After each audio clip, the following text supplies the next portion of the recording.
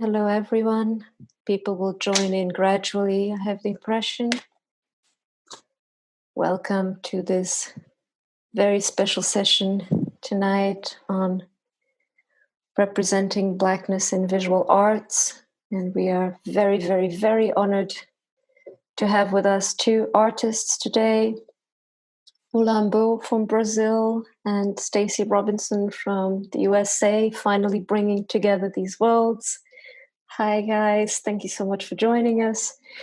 Mulambö and Stacey will speak for themselves, which is also a great opportunity. And just very briefly, Mulambö is located in Rio de Janeiro.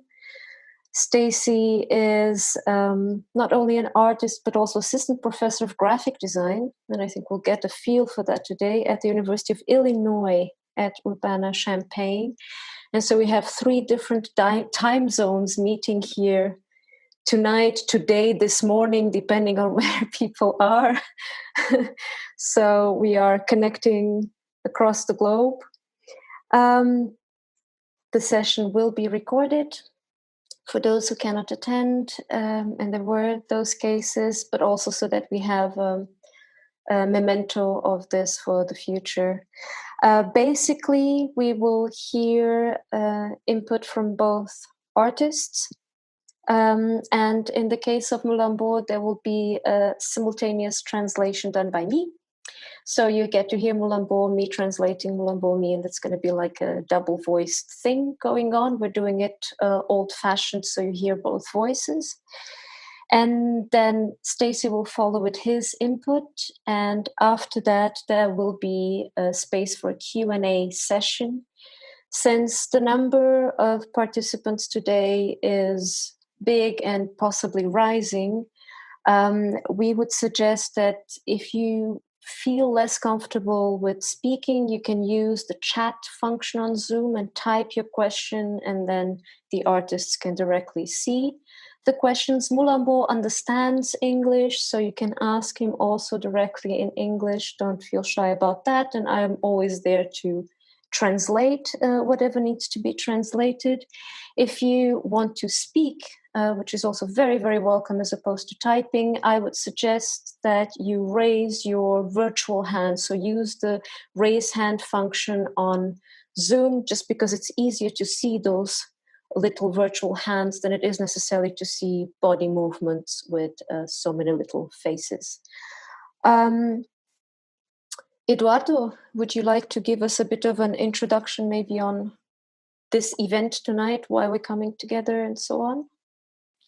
Yeah, that it's, as Anna Sobral said, that it's such a pleasure to have this evening here in Zurich, Mulambö and Stacey, because we have so many things to share between visual arts in Brazil and the US through this issue that is a topic for both of us, Ana Sobral and me, because we have a seminar which is called, in Portuguese, is Nação e Modernidades, Negras, and in English, Nation and Black Modernities.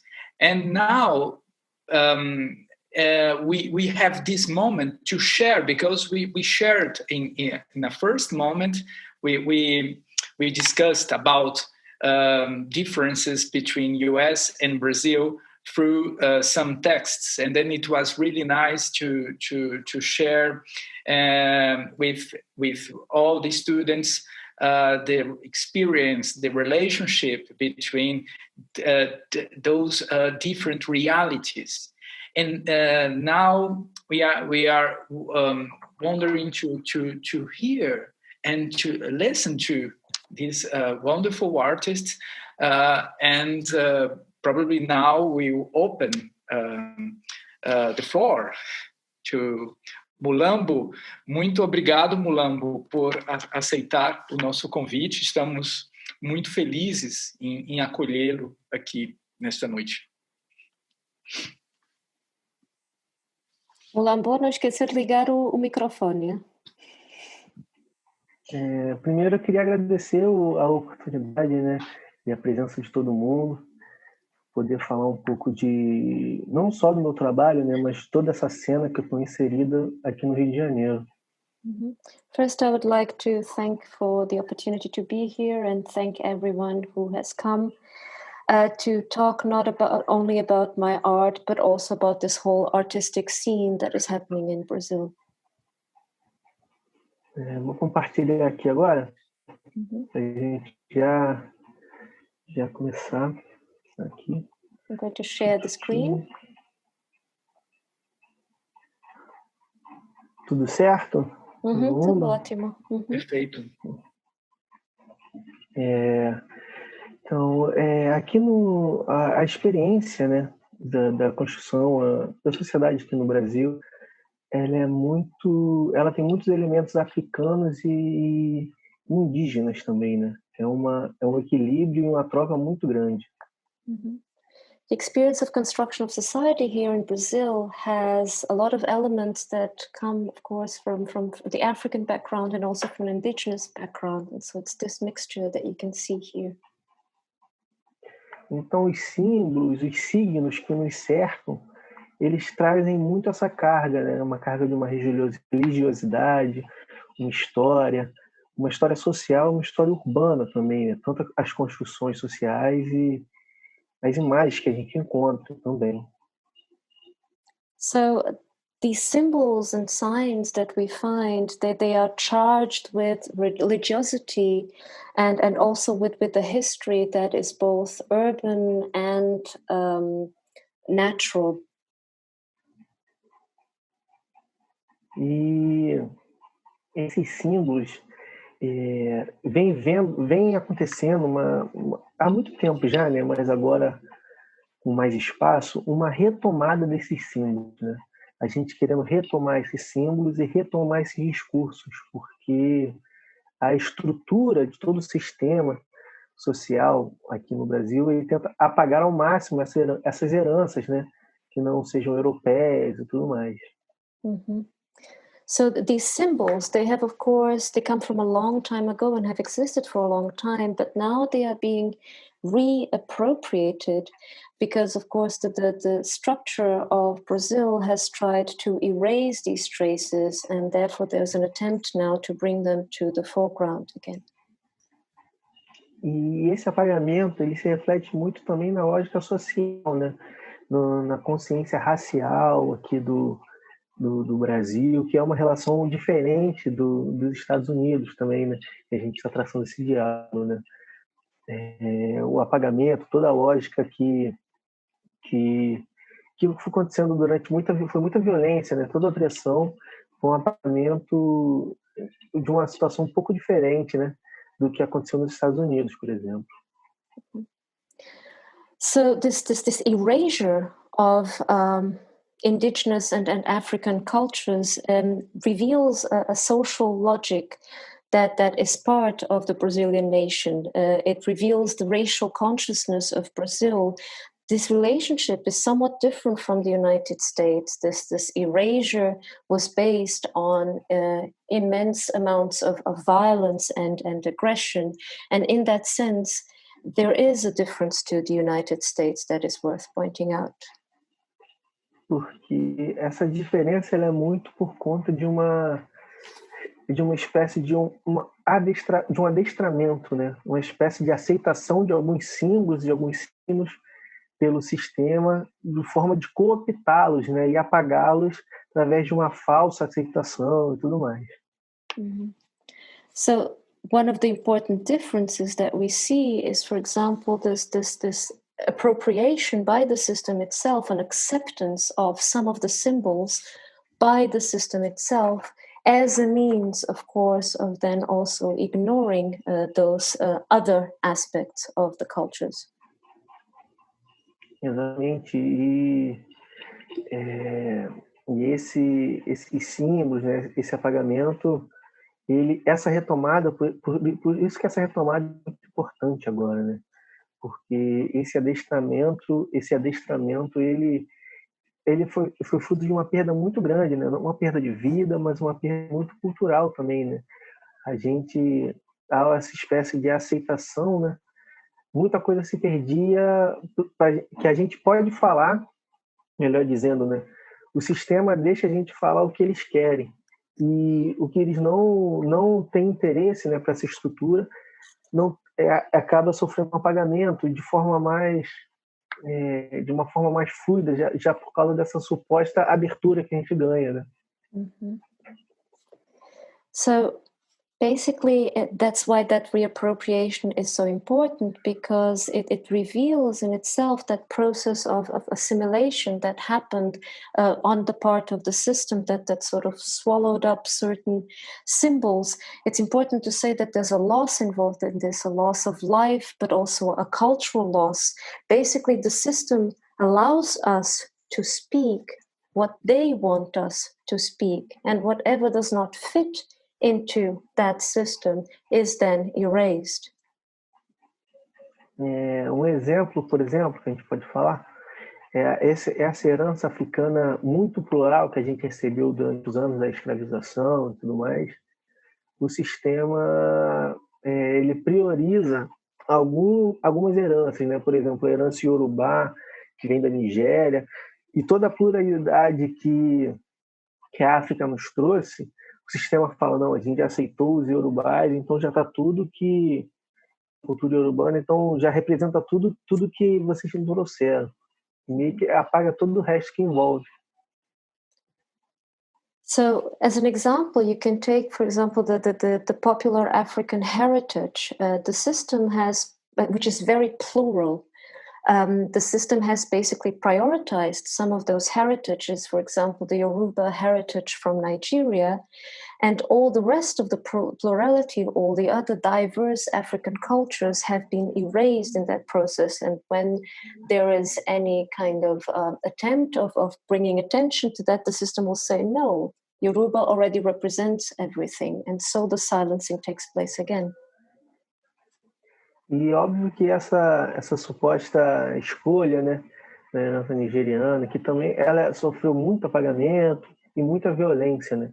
Mas são elementos que a gente encontra mais presentes aqui, né? Elementos que sobreviveram mais, né? A palavra é sobreviver, né?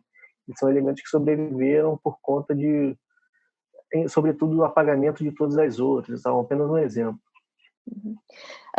This supposed choice of the Nigerian heritage, of course, doesn't deny that also that heritage suffered a lot of erasure. What we see is some elements that have survived more, and survival is here a crucial term. And through that survival of some of the elements, everything else can be erased. Então, entrando um pouco nos trabalhos, né, eu trouxe alguns trabalhos meus que realmente falam sobre essa retomada de alguns símbolos, né, essa retomada de um discurso. Por exemplo, essa bandeira, né, a ideia de colocar o búzio no centro da bandeira do Brasil, abraçar essa herança, toda essa herança africana, essa herança popular que a gente tem, e institucionalizar isso, né, principalmente. So in some of my works, I try precisely to take part in this reappropriation of symbols and discourses that have been erased. And what you see here in this flag is basically a reworking, a rewriting of the Brazilian national flag. And I have placed in the center the shell. And then this shell in the center of the flag is indicating that African heritage, and it is institutionalizing that African heritage. Deixa eu ficar aqui. Esse chinelo, por exemplo, também, né, é utilizar materiais do cotidiano, né, do nosso dia a dia, e ressignificá-los e dar uma potência que a gente acaba não percebendo, né? Por exemplo, além desse chinelo, também temos umas figuras, né, que foram construídas da história cultural do Brasil. Okay. So in the flip-flops that you saw, we have basically a usage of the materials of every day to re-signify those materials, to give a new potentiality to such an everyday object. And the same I have done with figures that have actually constructed the history of Brazil. A ideia é justamente essa, né? Falar das coisas que nos cercam, que foram construídas em torno da gente, que a gente ajudou a construir, para falar da gente também, né? Como essa força construtora e essa força de resistência. Então, utilizar desde os materiais que estão mais próximos da gente, geograficamente e fisicamente e subjetivamente também, é falar da gente, né? Ao mesmo tempo que a gente usa uma figura histórica ou um elemento como o próprio futebol, né? Mm-hmm. Sorry, I'm taking notes. To speak of things that were built around us is also, in a way, to speak of the things that we ourselves have helped build in this country, whether it's geographically, materially, or culturally. And it means also bringing that back to everyday aspects, like, for example, football. Exatamente. E a religiosidade também, né? O meu trabalho ele é muito sobre essa trazer de volta uma potência que há muito tempo tenta apagar, né? A gente perceber, principalmente aqui, né? Aqui no Brasil a gente tudo faz a gente querer olhar mais para vocês na Europa, nos próprios Estados Unidos e tentar olhar o mínimo possível para a gente. Então, a partir do momento que eu volto o meu olhar para cá, né? Para o chão que eu estou pisando, meu trabalho é justamente sobre reafirmar esse lugar de onde eu venho e reafirmar a força desse lugar. Mm-hmm. Okay. So religiosity is also a topic that is very important for me. Basically, all these topics are part of this attempt of trying to bring back a potentiality that for a long time the system has tried to erase within us. And this you can see even in the fact that we are always encouraged to look outside, to look to Europe or to look to the United States. And so a lot of my work is about turning the gaze back into here and to now and to our culture and reaffirm the aspects that are here and are part of us. Agora eu vou falar um pouco de outros artistas, né, que compõem aqui comigo, né, que são amigos e tal, porque o meu trabalho, ele, como eu falei, o sistema ele escolhe algumas linguagens para representar toda a comunidade, né? Então, tem algumas linguagens que a estrutura, os museus aceitam que a gente fale, os artistas negros, os artistas suburbanos falem, paga outras formas de linguagem que a gente tem também. So I'm going now to turn to other artists, friends of mine, to kind of discuss further these questions, because my work, as I have mentioned, it is a part of a reaction of the way the system selects some languages that are representing an entire community. And there are also languages, codes that the museums, for example, accept. Que são trabalhos sempre falando sobre negritude, de uma forma muito clara, sobre violência, sobre opressão, como se fosse uma cota temática que essas instituições têm. Então, a gente entender também que a arte negra no Brasil, assim, que a arte negra aqui no Rio de Janeiro, onde eu posso falar mais, ela é muito plural. E independente do tema que você trabalhe, se você está fazendo uma pintura sobre negritude e movimento negro, ou está fazendo uma poesia concreta sobre qualquer outro tema, a sua carga social, a sua carga de vida, ela transforma naquele trabalho sobre negritude, né? Tudo que a gente faz, principalmente no circuito da arte, né, como politista, é uma posição política de resistência. Mm-hmm. So, as was mentioned before, the museums will accept certain modes of representing Blackness. And that means that works that talk about Blackness and the violence surrounding Blackness, they will fit a certain thematic quota of museums. But the arts, Black arts in Brazil, and more specifically in Rio de Janeiro, where I come from and where I'm located, are very, very plural. For example, an artist can pick up a painting or concrete poetry, for example, in order to speak about Blackness, and he or she will give their own social charge to that piece of art. They will transform the work of Blackness. Everything that Black artists do will reveal a political position of resistance. Esse trabalho, por exemplo, é do Yuri Cruz, né? Um artista muito importante aqui na cena do Rio, um amigo querido. E ele fez esse trabalho que é uma ressignificação da Anastácia, né? Que era uma figura que tinha uma mordaça, uma representação da escravidão muito forte. E ele, através desse simples ressignificação da imagem, né, ele dá uma voz a ela, ele tira essa mordaça dela, e como que é importante a gente retomar esses símbolos, né? Mm-hmm.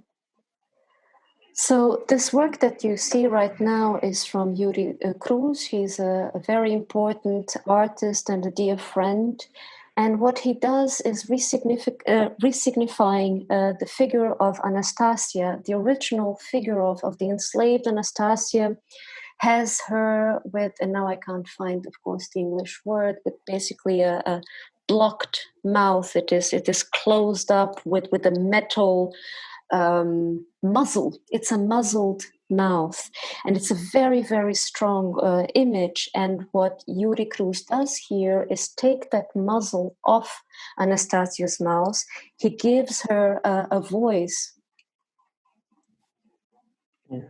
Esse trabalho dele, por exemplo, já mostra a possibilidade de trabalhos, né? Esse trabalho ele faz um levantamento de professores negros da principal escola de arte do Rio de Janeiro, né, que é o Parque Lage. Então, a ocupação na exposição dele foi justamente fazer um manifesto e um contrato mesmo para a escola assinar de responsabilidade de aumentar esse número de professores e tudo mais, e através disso, através de uma pesquisa artística, né? Então, como às vezes os trabalhos têm possibilidades várias assim de dizer alguma coisa, né, de fazer uma mudança. Mm-hmm. This work that you see here from Yuri Cruz as well shows possibilities. It's basically a listing of Black teachers at the art school. And it serves as a manifesto because it points out that those numbers have to rise, and that so it basically presents a contract that the school should sign to take the responsibility of raising the numbers of Black teachers in the school. And this shows you the possibility that art also offers of taking action and of changing things.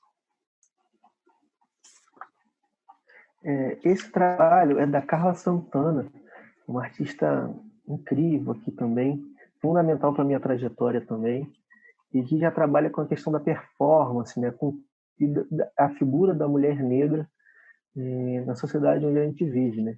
Uma sociedade muito machista, muito elitista. Então, você afirmar essa posição, né, e pensar sobre isso através de fotos, de imagens tão fortes, né, e fazendo essa relação com a terra, é incrível, né? E já é uma linguagem completamente diferente do meu trabalho, por exemplo. What you see here is a work by Mulambö, percebi bem, Cara Sultana, who is a performance artist. She works with different, as you can see, with different materials and different media.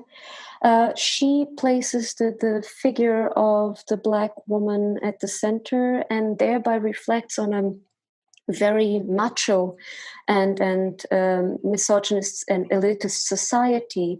She wants to think through the photography, but also through this relationship with the earth that you can see here. Esse é um trabalho da Gabriela Mourinho, que ela já tem uma pesquisa sobre a cerâmica, né? Essa relação com a terra, o objeto, o manusear a terra, né? que é uma herança africana da gente, uma tradição africana, uma herança indígena também, né? Então, manusear a terra é um elemento que mostra muito dessa construção social do Brasil, né? Então, através da terra, da argila, do cobre, né, que você usa para trabalhar argila, ela fala também da figura da mulher negra, mas já com mais objetos, né, com um trabalho que se relaciona até com questão de artesanato, né, que é uma coisa mais popular e que aqui no Brasil tem uma diferenciação, infelizmente, muito grande. Here you see the work of Gabriela Mourinho, and she works more in the field of ceramics with clay, but also with soil, as you can see here. And thereby she points to this, the idea of soil, of earth, which is a heritage that is both African and indigenous. She works with earth, with soil, in order to also point again to that social construction of Brazil. She also foregrounds the Black woman, but you can see here a different use of also objects that point more towards, and now I'm missing the word for artesanato. Handcraft. Thank you so much, Eduardo. Handcraft. So this is basically also a more popular use in the sense of something that is not normally understood as fine arts, but belongs more to popular arts. E aqui eu vou falar um pouco também do movimento nacional Trovoa, né? Que é um movimento de mulheres, de artistas não brancas que virou um movimento nacional de autogestão, de exposição e de pesquisa, e que estão mudando todo esse cenário da arte aqui no Rio, e no Brasil, né? No Brasil todo, que a Carla faz parte. Esse é um trabalho da Ana Almeida, e como que, para além dos trabalhos também, né, é muito importante essa autogestão, né? A gente pensar em coletivo e pensar outras possibilidades para esse universo da arte que é tão elitista e separatista. Mm-hmm. So what I'm presenting now is a special movement of non-white women artists that has taken place in Brazil, and that is really changing the art scene and also society in Brazil. What you see here is a work by Ana Almeida. What is important here is the aspect of self-management that they have taken up, which presents different forms of doing art. E mostra também essa possibilidade, né, que ela trabalha com pintura abstrata, com projeção, que já é uma coisa completamente inesperada, né, pelo sistema, pela estrutura de que a gente faça. Um artista negro fazendo pintura abstrata e com a pintura abstrata ser resistência, ser político, né? So basically what we see here is again that issue of possibility. And Almeida uses abstract art, and that is something that is not expected by the system, that the Black artist would choose abstract art to express themselves. And in that sense, also here, that gesture acquires a political meaning. Outro ponto de vista, né? Uhum. E aqui, para encerrar minha fala, também para não alongar muito, para a gente abrir as questões depois, é um trabalho da Vitória Cribb, conhecida como Low Quai, que ela trabalha com realidade virtual, trabalha com uma arte mais digital, né? E mostra todas essas possibilidades que a gente tem, né? Desde a pintura abstrata até a performance, até a produção de um contrato e até a arte digital, né? Experimentos digitais. E independente da linguagem e do tema que a gente está abordando, é impossível a gente não carregar essa carga histórica que a gente tem, essa bagagem.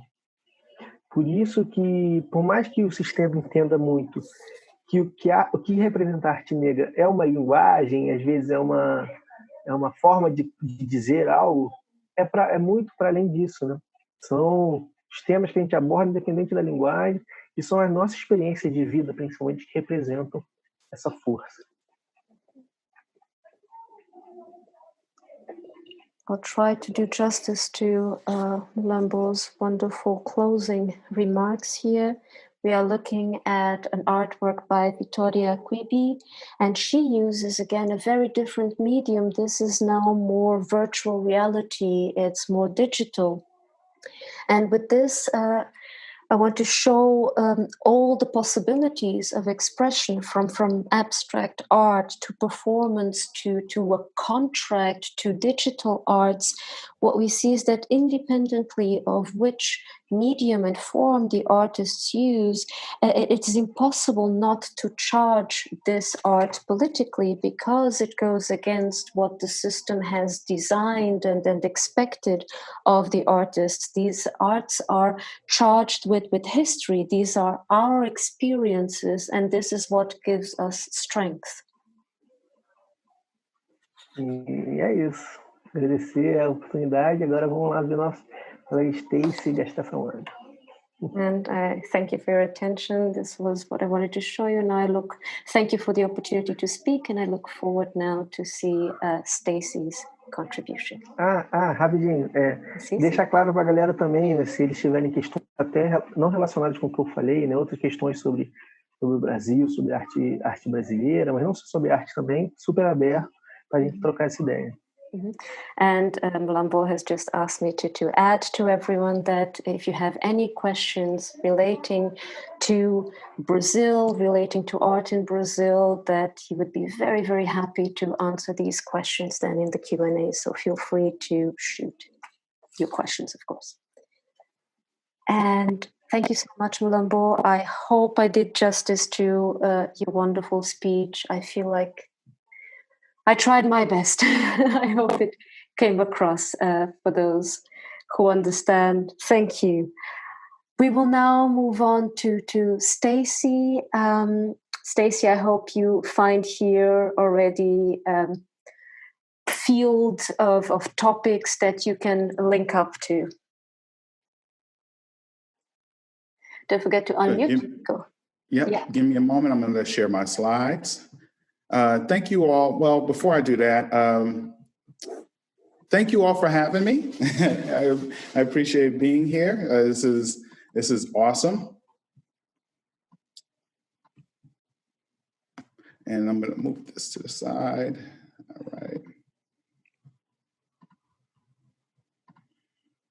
All right. Can you all see this? Yeah. Yes. All right. Awesome. All right. And you see this panel here too, right? Yeah. All right, cool. Let me minimize that. All right, awesome. So I'm gonna speak for a moment. Please keep me on time. All right, I'm looking at the clock here. All right, so I'm talking about representing Blackness in visual art. I have to give, I'm gonna talk about the last 6 months of art that I've made. This is not the totality of my work. It will not speak to all of the work that I make and how I think about it, but this is the last 6 months of work that I've made. And this is very important because I just came back from Harvard on a really awesome residency where professors like Henry Louis Gates Jr. and Cornel West, among many others, were my mentors for the last academic year. Half of that time was spent in the quarantine, and I feel like I was perfectly placed at that time because I could spend half of my time really digging into my research, which was, at this point was really burgeoning. So imagine we go into the beginning of the COVID era, the quarantine, et cetera. And half of my time that I'm on this Harvard residency is spent at home where my queen size bed became my office. And so this was interesting because for approximately 5 months or so, I was using what I would call privilege, and I started to think about myself as privileged. And I was, for example, cashing 2 university checks. My daughter's college tuition was saved for. My son did not have to work, and I could take care of the both of us while I could independently jump into my research. And I was also on an academic leave from my current university. So this is really important. And as I was coming back, as the residency ended, I decided to move. Instead of spending time with my family over the summer, I moved directly back to Champaign, Illinois. This was the Sunday morning, their very first Sunday morning that I woke up, and I took a picture of the sunrise. And for the last, say, week before this, I turned off most social media and the news, so I didn't really understand what was going on, the weight of everything that was going on. And I turned on, as I really embraced this beautiful lake view, I turned on my social media and literally saw that the country was on fire. And this immediately made me think about the level of privilege that I've been able to access.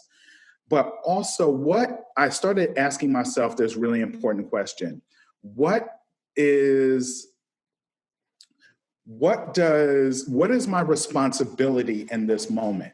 Not just my responsibility, but I started using that word differently. What is my responsibility? What is my ability to respond to the current political moment? And should I be out in the streets marching with so many of the citizens who are out there marching? What am I supposed to be doing? And I found this very, you call it God, call it universe, call it the cosmos, but this answer that came to me that not to worry about finding my place in the moment, that the struggle would let me know. Immediately, my phone started ringing, my email started blowing up, the inquiries started coming, and a lot of people and organizations wanted me to start doing more branding and illustrations for their projects that are speaking specifically to the political climate that we are still in. So this is one of the first projects that I finished up. This was some illustration branding for Cornell West and Trisha Rose for their podcast, The Tightrope. Harvard called me back, so the Kennedy School of Government called me back to brand their summer teach-in course. So I designed a logo, and they also wanted me to design some Zoom backgrounds. And this is really important because now it's like, okay, this is I think I'm starting to find what this moment is. As I was literally on the phone with Harvard, I got another call from a colleague at my own university, and she wanted me to brand the Summer Salon series, and the series was called We Got Next. It was a conversation with Black faculty on our campus, and it looked at defining, or not really defining, but highlighting the research that we're doing. But also, I looked at it as an opportunity to really showcase and think about how we are kind of spearheading or forecasting the era beyond the COVID, how we're going to exit this moment. So this particular piece will kind of speak to what I'm thinking about and what I've been thinking about for a long time. This piece is actually called We Got Next. So when this call came for me to do this branding, I got really excited. So I have a piece titled that. And I built onto this piece. So if you can imagine this piece here, ending right here, this is the original We Got Next. And it looks at, We Got Next is a term used on the basketball court. You show up with your crew and you shout out, "We got next." It's almost like calling shotgun, if you're familiar with that term, when you want to ride in the front seat as you and your friends are gonna fill up the car. The person who gets the front seat is the person who calls out shotgun first, right? Well, We Got Next is a term used on the basketball court where we would say, "We got next." So we would show up with our crew, we'd shout that out so that all the players on the court would understand that whoever the winning team is playing, my crew is going to play that team. Well, I started thinking about We Got Next as a manifesto of what Black people have next in defining what the Black liberated future looks like. So I started thinking about We Got Next in developing our own education system. We got next in defining our own monetary system. We got next in defining our own forms of government, our forms of liberated government, our police force policing our own communities, et cetera, et cetera, et cetera.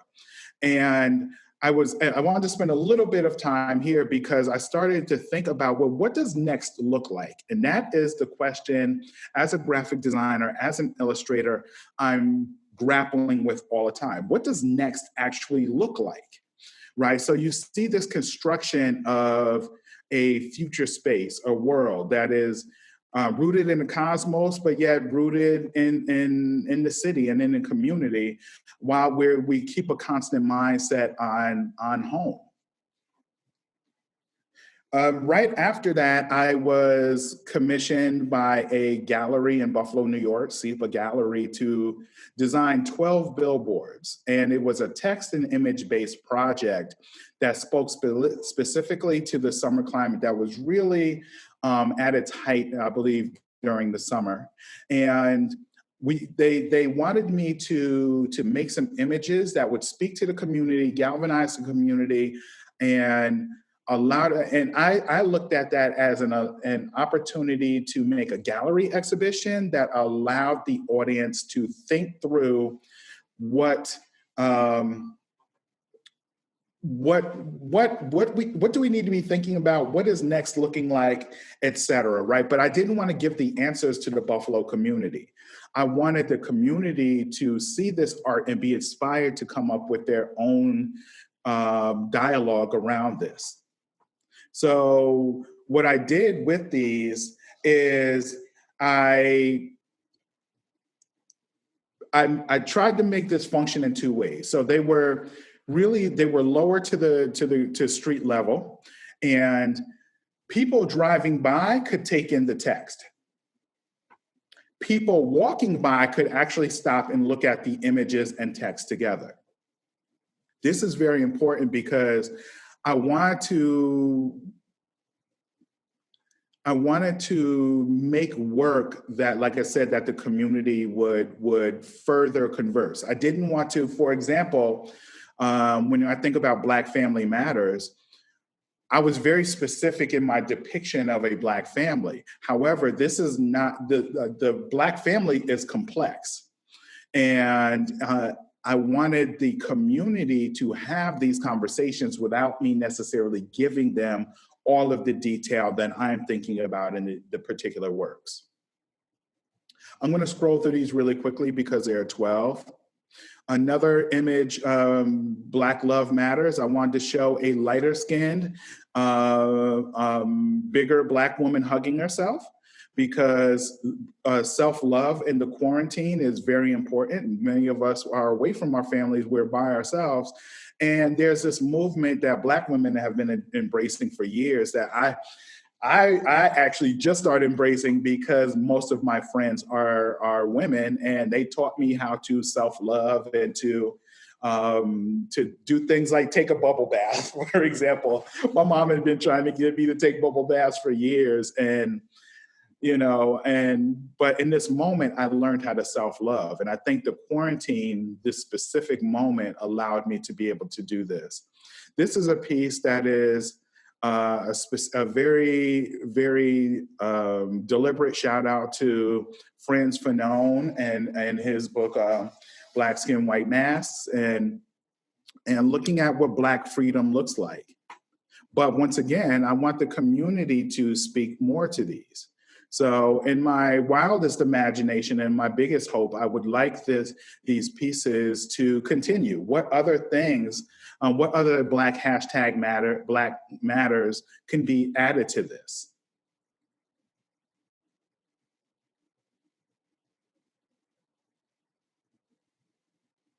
And during the Q&A, we can go back to these more.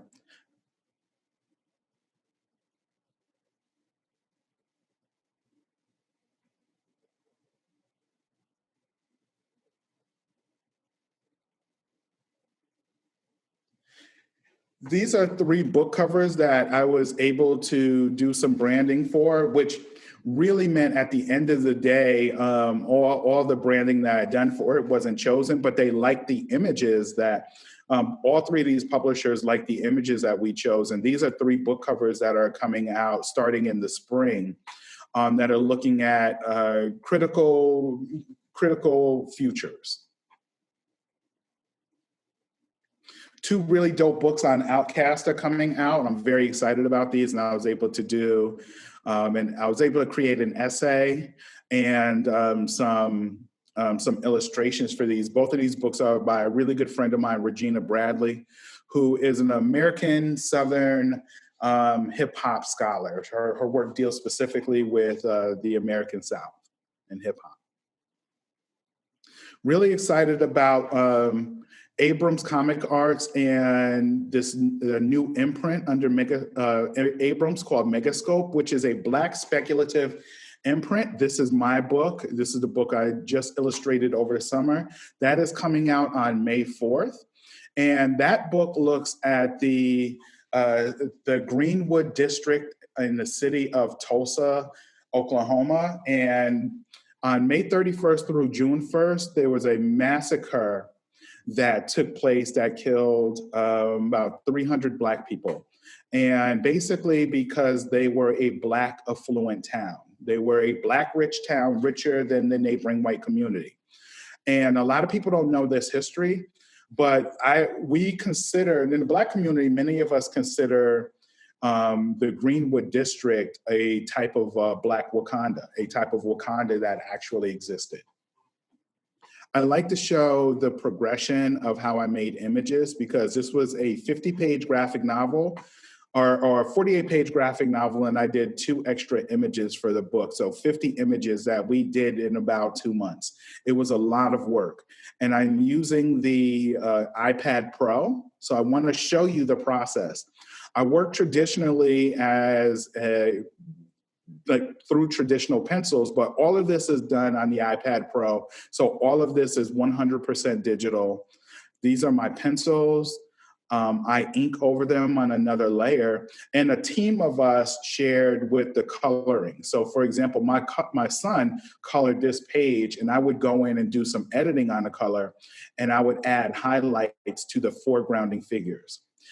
We had to come up with a method of coloring that would allow us to complete this book on time.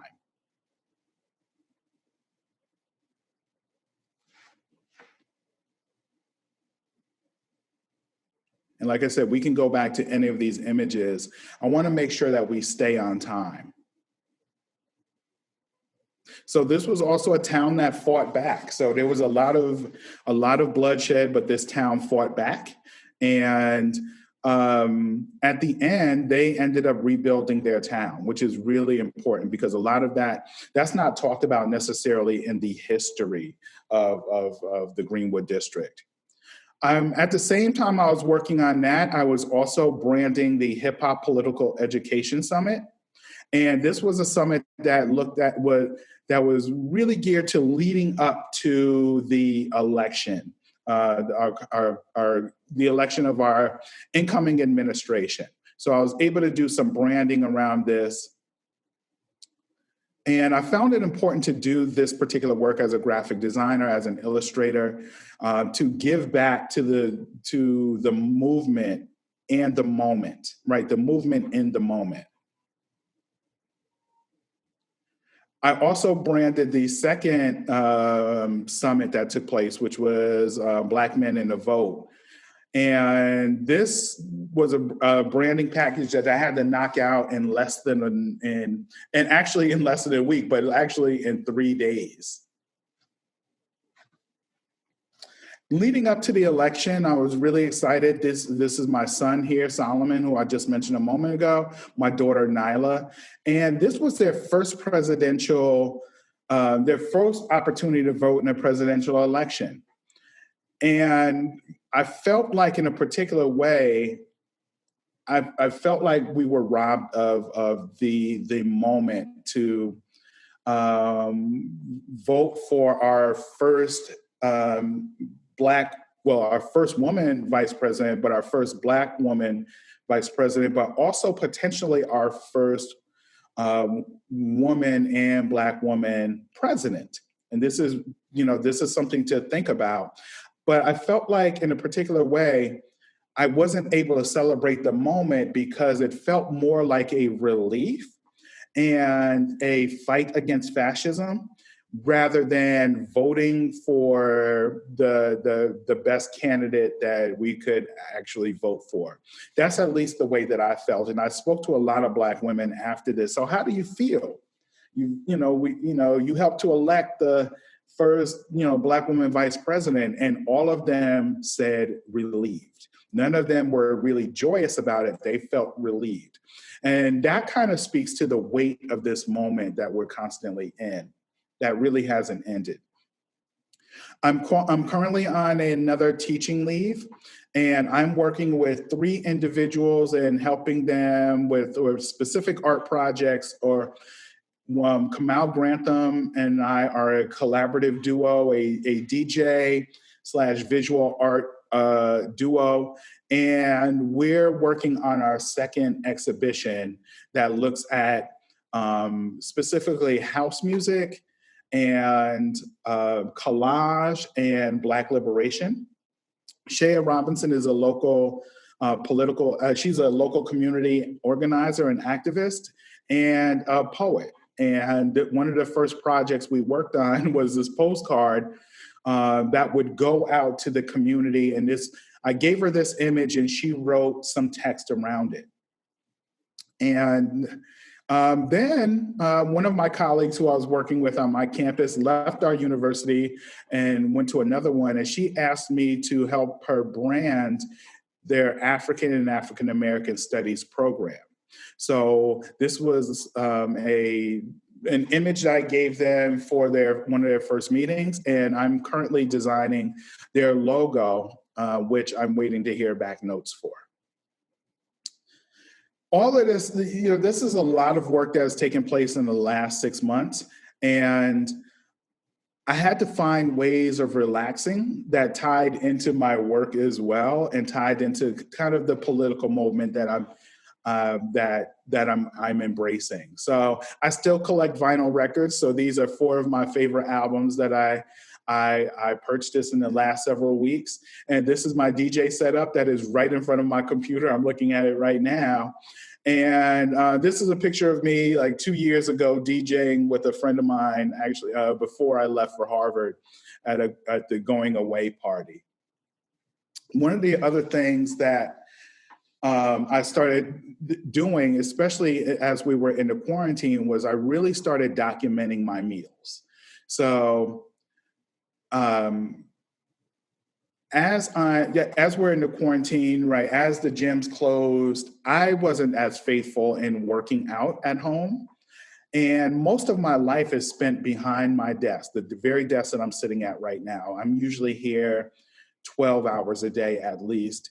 And, the weight comes on very quickly. And I wanted to make myself accountable to my viewing audience, but also I knew if I made myself accountable, I would take my diet and my exercise more seriously.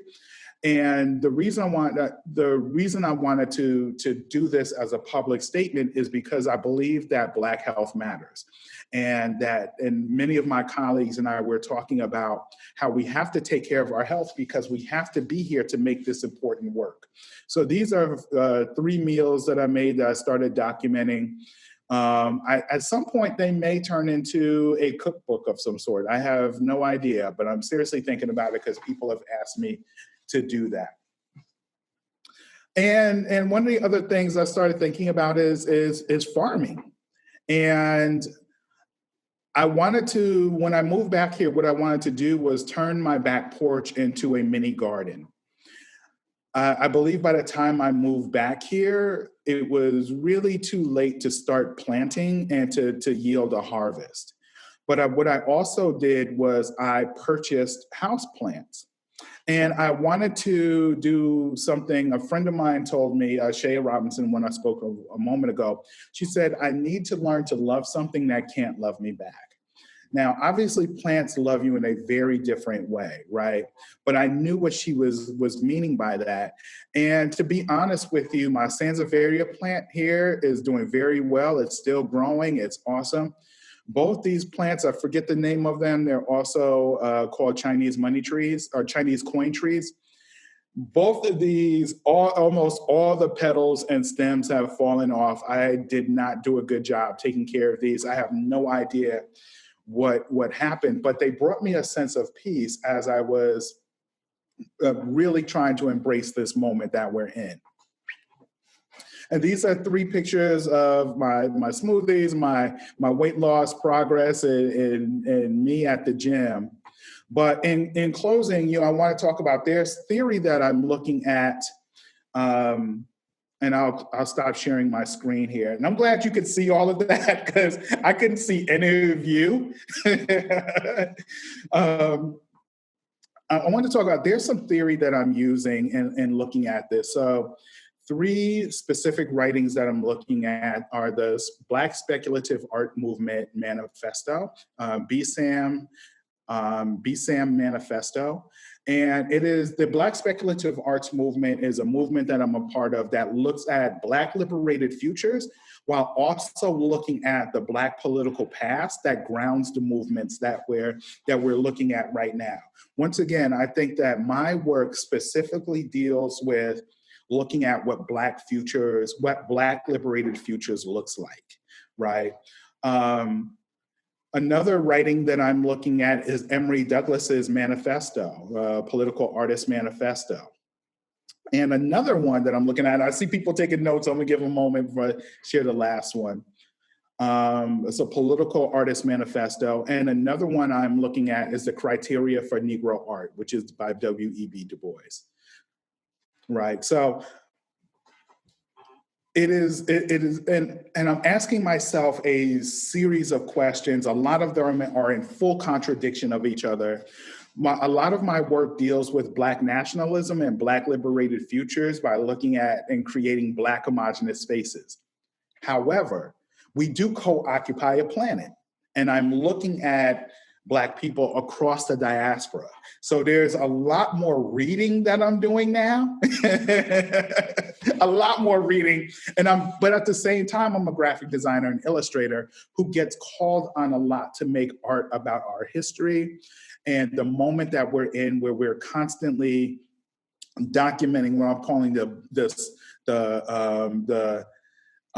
spectacle of Black death. Right, we watch Black people die virtually, right? So Walter Scott, for example, we saw him die on Facebook, right? We saw him die on camera.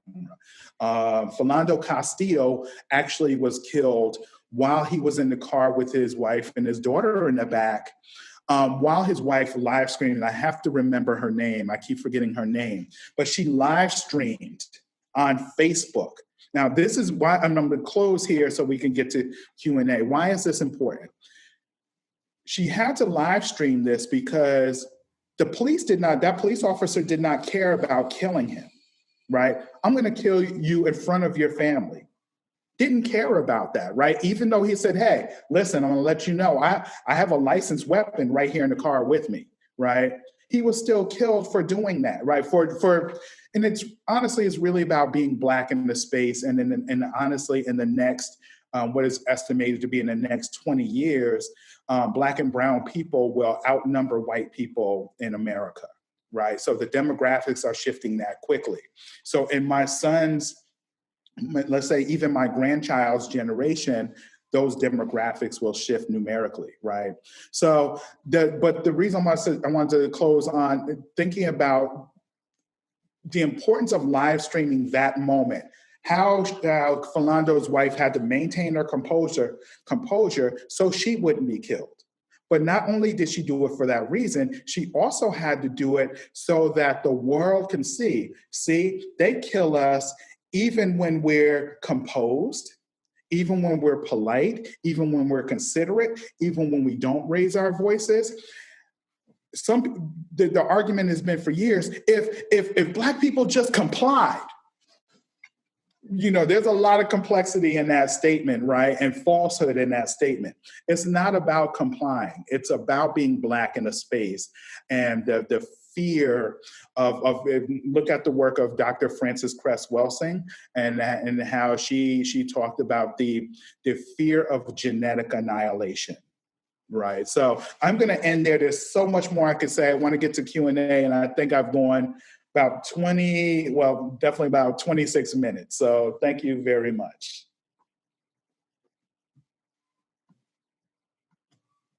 Thank you so much, Stacey, for this intervention and contribution.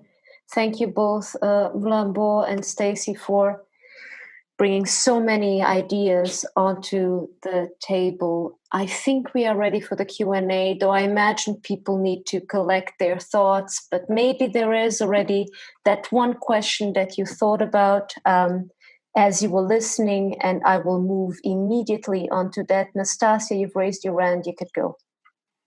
Yeah, gotta get right into the questions. During both of your presentations, I was thinking a lot about community and communities of artists.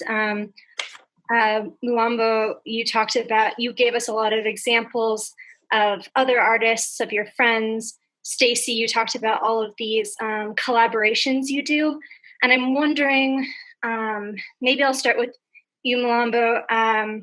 How does this community come together when you mentioned how the system and how museums have acceptable modes of art that are presented? So how does this community that presents these other modes, sorry, my cattail, present these other modes, present their artwork and come together as a community for the broader community? So yeah, I'll start with that question for you.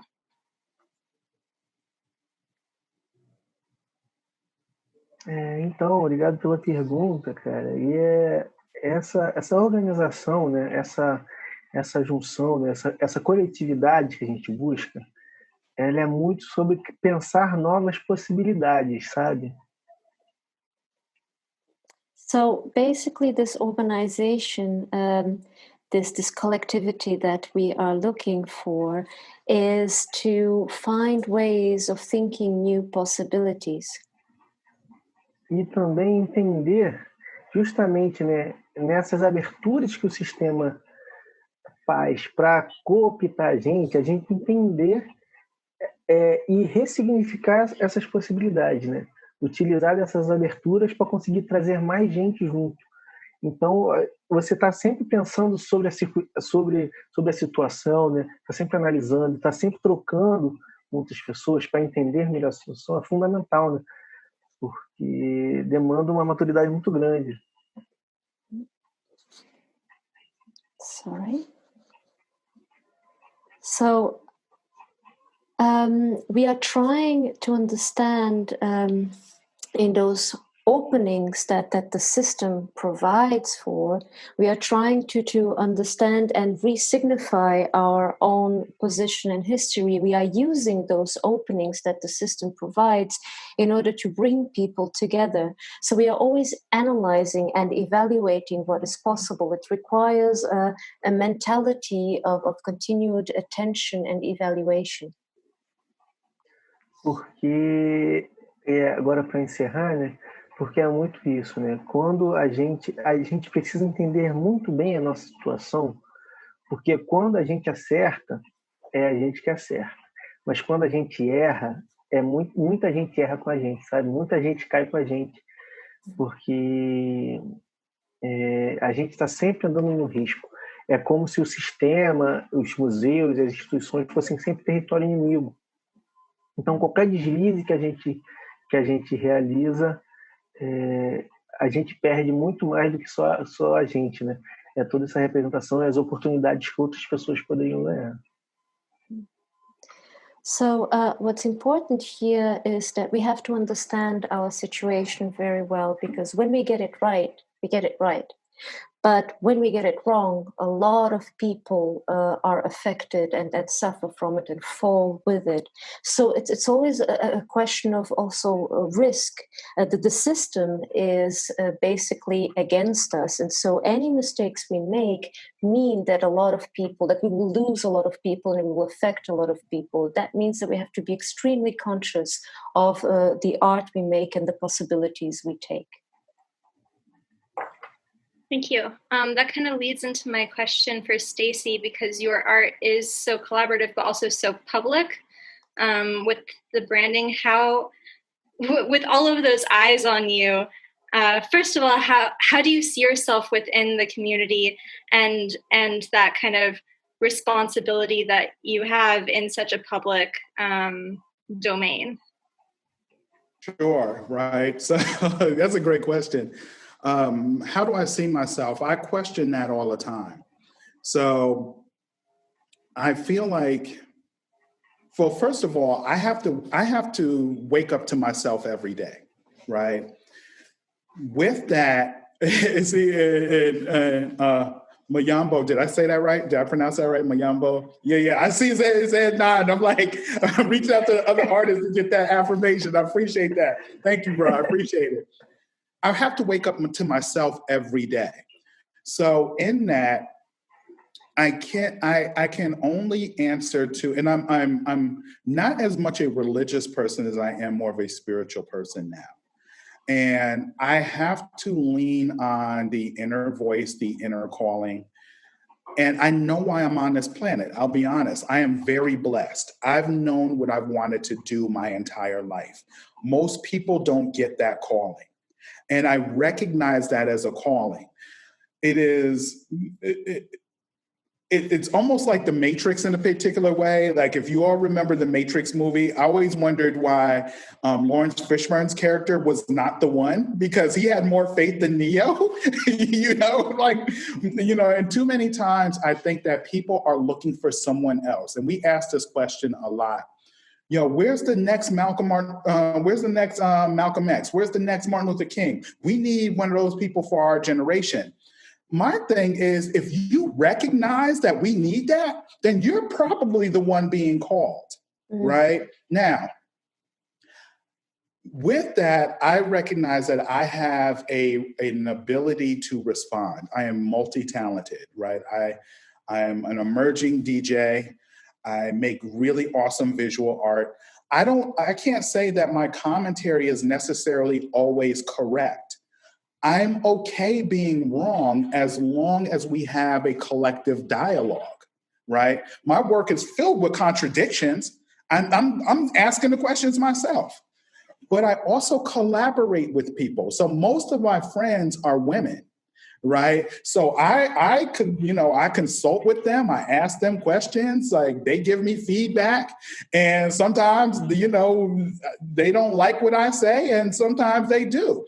That's okay, right? Like we're all figuring this out together. But even with that, I also work with more people that I've mentioned that than I mentioned in this talk here. I only talked about the last 6 months. But I'm very dedicated to building a future where we are all free, if that makes sense. And that I cannot be a dictator. Grad school taught me that, right? My thing was, I'm going to tell Black people what we need and what it's going to be and what freedom is. No. And my professors were like, you cannot do that. You become a dictator when you do that. So I had to pull back and I had to think about the collective conversation. I hope that answers your question. To be honest with you, there's so much that I'm still figuring out as an artist who puts everything out there. I put everything out there for this collective conversation, even as I'm trying to figure out what I'm asking through the art. Right? I like sharing the process. I like the audience to see, this is what I'm thinking about. Not really sure if this is working, but this is what I'm thinking about. And I think it builds for a more weighty community conversation, which we all co-occupy. Hope that makes sense. Okay.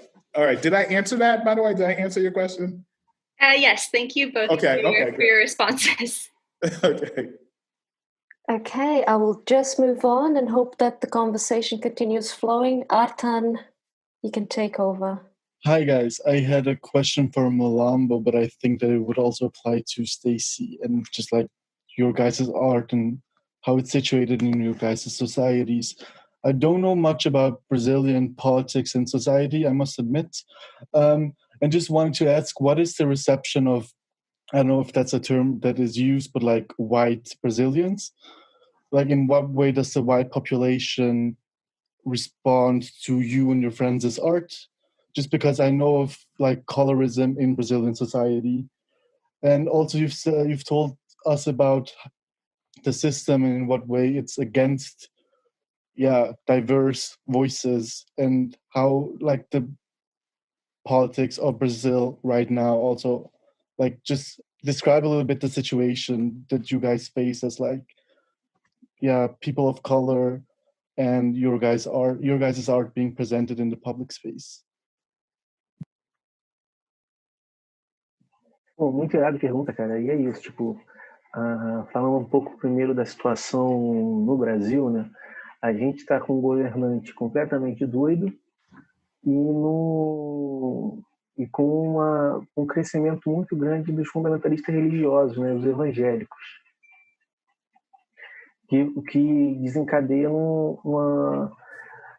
até numa violência maior contra elementos afro-brasileiros, assim, né? Violência de destruição de templos e tal. So thank you for the question, which is very pertinent. As you know, we now have basically a very crazy government. And what it has provoked, it made possible, is also the growth of fundamentalist religious movements, evangelical movements, and it has actually triggered more violence and greater violence against Afro-Brazilian elements and aspects of society. E isso só está evidenciando uma violência que já acontece há muito tempo, né? Independente do governo, né? Principalmente aqui no Rio de Janeiro, uma violência policial contra a população negra é um genocídio, assim, aqui no Rio de Janeiro.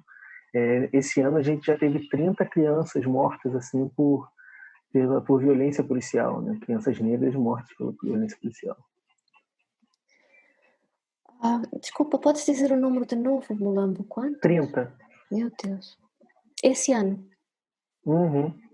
Okay, I just had to clarify because this is a bit shocking. So basically, what this gives evidence of is a violence that has been there for a long, long time. Just in Rio de Janeiro, the police violence against Black people basically amounts to a genocide against Black people. Just this year, we have had the death of 30 Black children in the hands of police. E isso reflete muito como que é uma violência estrutural já na sociedade. Então, falando um pouco da recepção dos nossos trabalhos, ele é muito isso, né? A gente acaba sendo um assunto que está em pauta, então a gente consegue algumas oportunidades mesmo, sabe? Mas às vezes nas relações esse racismo está evidente, às vezes com o diretor do espaço, com pessoas brancas que justamente por ser um racismo estrutural acabam reproduzindo essas atitudes assim, muitas vezes sem saber e às vezes principalmente e muitas vezes sabendo, sim. Deixa eu só escrever. Okay, so this, of course, all reflects that structural violence that is part of Brazilian society. And you can see that then again in the reception of our work. We end up being a topical issue in society. And that gives us, of course, opportunities to present our work, but those opportunities in turn reflect the relationships between us and white society. You have white people, for example, running these museums and these art institutes, and what they end up revealing is their own structural racism, because they reproduce racist stereotypes and prejudices against us. E exemplo, assim, para dar sobre isso, por exemplo, é a questão do dinheiro, assim. Quem realmente ganha dinheiro com os trabalhos e tudo mais são pessoas brancas, são pessoas de classe alta aqui do Brasil, né, Rio de Janeiro, que falam, se apropriam dos nossos temas, das nossas opressões, falam desses temas, e o dinheiro, porque a gente precisa se manter, né? A gente precisa sobreviver disso. Viver de arte aqui é um privilégio que pouca gente tem, né? Pouco desses artistas que eu mostrei, quase nenhum desses artistas que eu mostrei vivem disso. Porque o dinheiro, por mais que o tema seja um tema em voga, o dinheiro fica circulando entre essas próprias pessoas. Mm-hmm. So to give you a concrete example, let's take the question of money. The people who gain money from these modes of art are actually white people, the higher classes. What they do is they appropriate our themes and our topics, and they end up gaining more money with that. Art is here revealed to be a privilege. The artists that I have shown you in my talk are not able to live off their art, so the money keeps circulating among white people. E são coisas que a gente encontra no cotidiano, assim, né? Por exemplo, na minha primeira exposição individual no maior museu do Rio, na hora que eu estava saindo de casa, um vizinho meu que me viu crescer, que não me olhou direito, me confundiu com... Ele foi na rua com um pedaço de pau, assim, porque ele não me reconheceu, sabe? E foi ver quem era, que tinha um cara estranho na rua. E era eu, porque eu estava arrumadinho, assim, para falar na exposição. Quando eu fui fazer uma conversa na própria exposição. Então, são coisas no dia a dia, assim. These are things of everyday situations. For example, when I did my first individual exhibition at a museum in Rio de Janeiro, I got into trouble when a neighbor got confused. He didn't recognize me when I was walking in my own street, and so he came out with a stick basically to attack me because he thought I was a stranger, and that was only because I was so well dressed for the event. E é isso, são batalhas cotidianas, assim, né? Que o nosso trabalho reflete, e é inevitável, assim, né? São questões que isso aconteceu na minha rua, mas podia ter acontecido no museu, assim, então são várias questões. Mm-hmm. So these are everyday battles, and that is what our work reflects. This happened in my street, but it could have happened in any street, and even in a museum that I walk in well dressed and not recognized. Obrigado, Mulambö. Thank you very much for this insight into Brazilian society. Very, very interesting things. I wonder if, Stacey, if you would like to actually comment on a similar question, because Artan also suggested that the idea of reception, I mean, now there's been a change, a very, very recent change, but until, my God, a few weeks ago, we were still living under, you guys was living in a regime that was not unsimilar to what is going on in Brazil in political terms, and maybe you can tell us about how your art was received under those conditions. So I think that there's a lot to talk about it, and Mulambö's, that's a class. What he just said is an entire class, right? And to one, I want to speak on colorism. We have those same issues of colorism here. Anti-Blackness is global, right? Even in the African continent, right? So that's one thing. The other thing is, I want to go back to Nastasia's, I want to comment and say this other thing. You asked how I could maybe in paraphrasing, how could I be so forefront or bold in making the images and et cetera. And it goes back to the comments that were just made. The police kill us with boldness. Our white neighbors kill us and call the police on us with boldness. They lie on us. There are countless counts of Black people just walking or just being in the space, and white people saying, I'm going to call and say that I feel threatened, because they know if they say that they feel threatened as a white person because Black people are in the space, police are going to show up with a particular level of violent force, right? So with that level of boldness that comes at us, I have to be bold with the images that I make, right? And to go back to the comment, to go back to the question, yes. We are in a new time in an incoming administration, but the issues haven't changed, right? So I'm confident, I'm more excited every single day as Biden is picking his cabinet, right? Slowly. I don't think he's going fast enough. I'll be honest with you. I want to see some of my favorite picks in that cabinet, and I'm like, why is he taking so long, right? However, we're seeing more, quote, diversity in this administration that we may have seen in any other administration ever. That could mean something. But to be honest with you, there's this expression that says the left and the right wing belong to the same bird, right? And that's very true. You know, I think President Obama did a lot of really awesome work, but there's a lot of work. Yes, there was a lot of work he was blocked from doing as well. But also, we also see the colonization of Africa happening in these ways that almost went kind of invisible, right? And, you know, at the same time as the Obama presidency, right?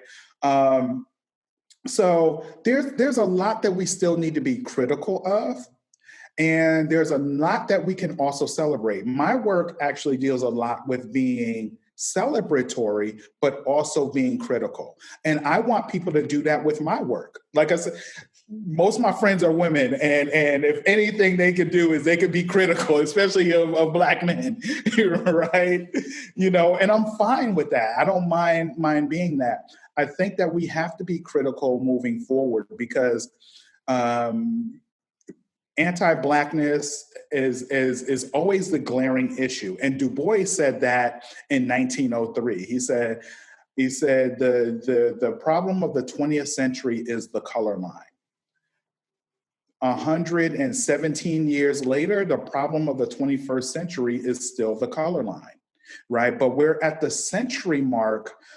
In America, we're at the century mark of the Tulsa Race Massacre, women's right to vote, the First World War, like 90 years, about 90-ish years from the Great Depression, the Spanish flu.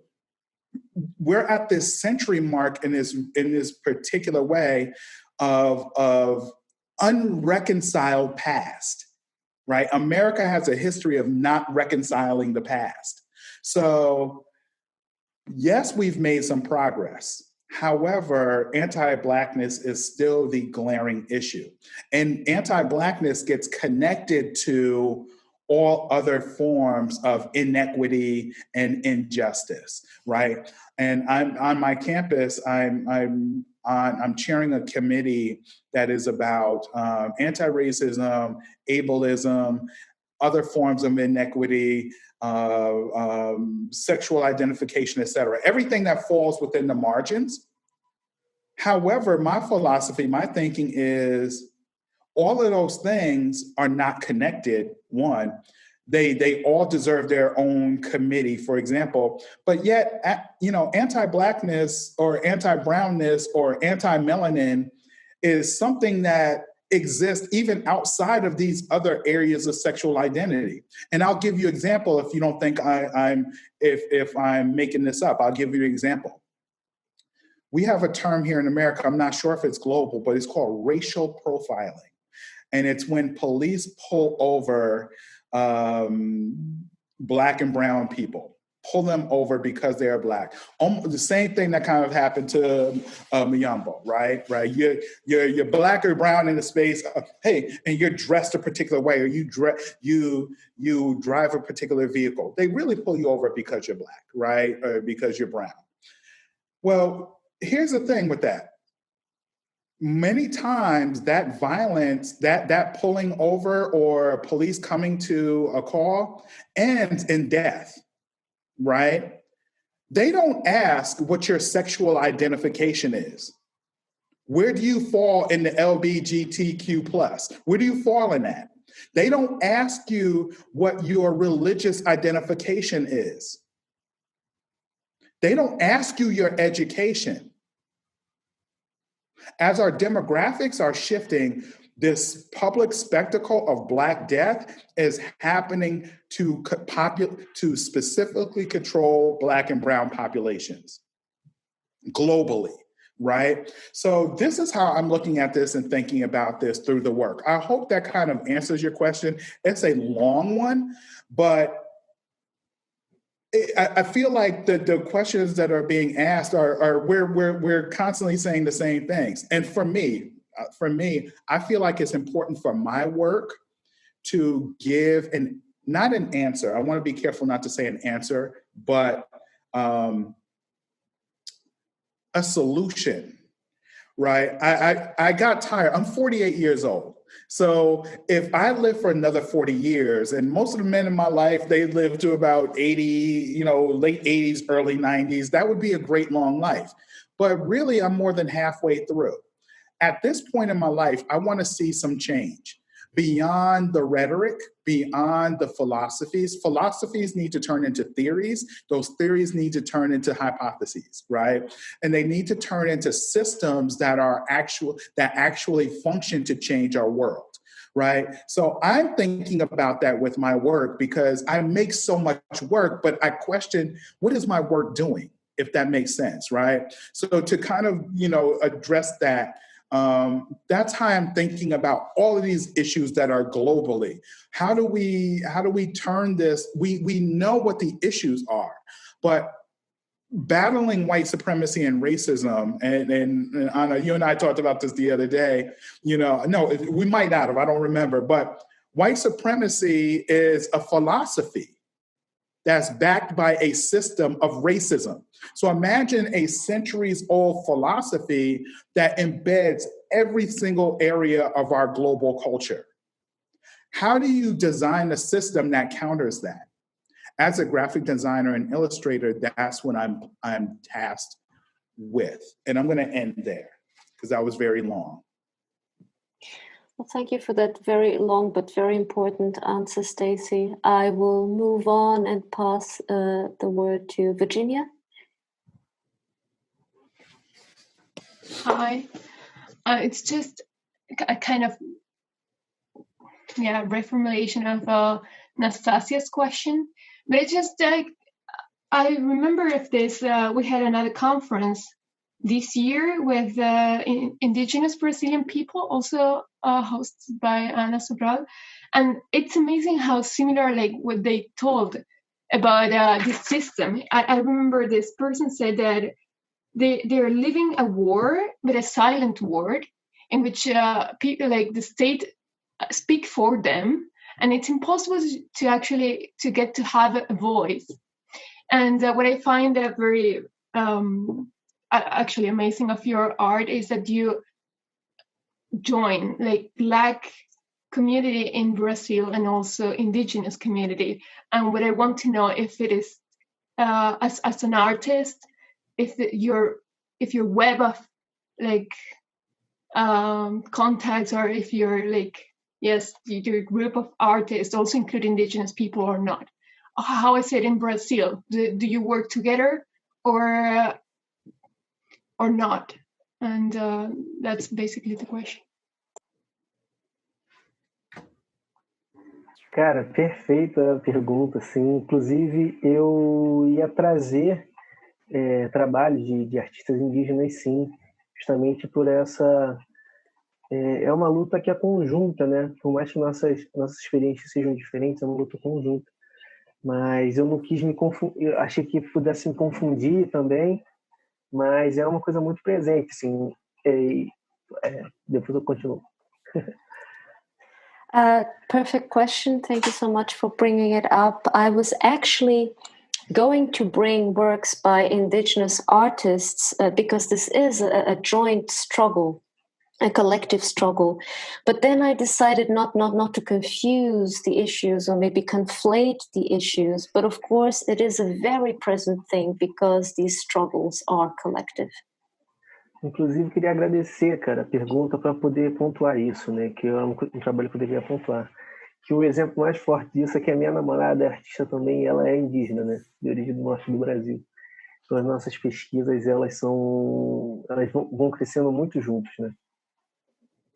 I would really especially like to thank you for this question so that I can really highlight that aspect. And it goes into very much the private sphere because my girlfriend is also an artist and she is indigenous. And so we are thinking these questions together.